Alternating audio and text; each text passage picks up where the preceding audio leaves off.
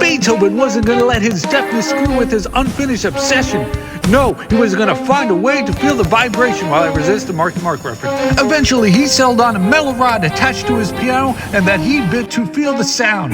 What made him think of that? Maybe he was tipsy, which the study says could have helped his creativity. Just a little alcohol can loosen your thoughts and tell your self-critical brain to loosen up, as the study says, or was this his confidence that made him feel like anything his ego tried was clever?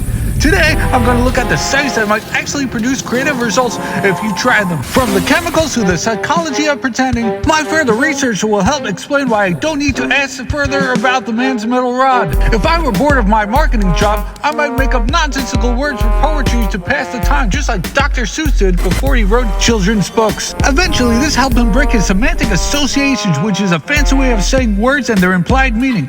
Like when most people think of the word dog, they might think of the word fetch or bark. But with nonsense, you might have to reach for more unfamiliar associations to close the gap.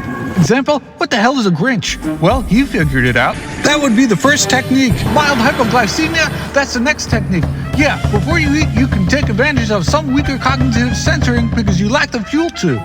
Write a song hungry and write one full and find out what's more original. I'm a hypocrite because I'm writing this full, by the way. Speaking along the lines of torture, mild caffeine withdrawal can make you less focused but more able to wander through the possibilities. Caffeine is probably better for mundane tasks. Alright, back to comfort. How about chewing gum? Rhythmic chewing is better for loose attention, and this sensory activity frees up your worrying mind by occupying it as well as letting your mind wander. Bill Gates was known to rhythmically rock back and forth to help his thinking.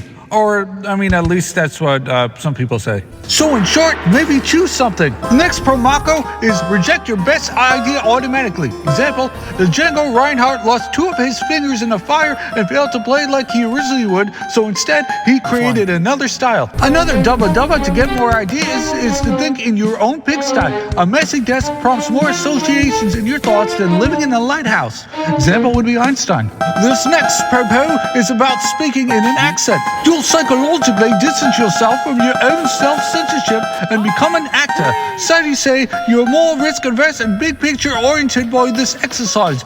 It's probably one of the reasons you are creative as a child. If you're an adult like Charlize Theron, you take on a southern accent because it's quote-unquote dissolved her ego and self-image to play the lead role in Monster. This next is to help Da Vinci with every thought he had. I'm joking, only because it sets up the sarcasm technique. Even processing that joke possibly primed your creative thinking. It's even good for your mental health, at least what this study says. Did you know openness to experience is the personality trait most linked to creativity, even though it sounds obvious?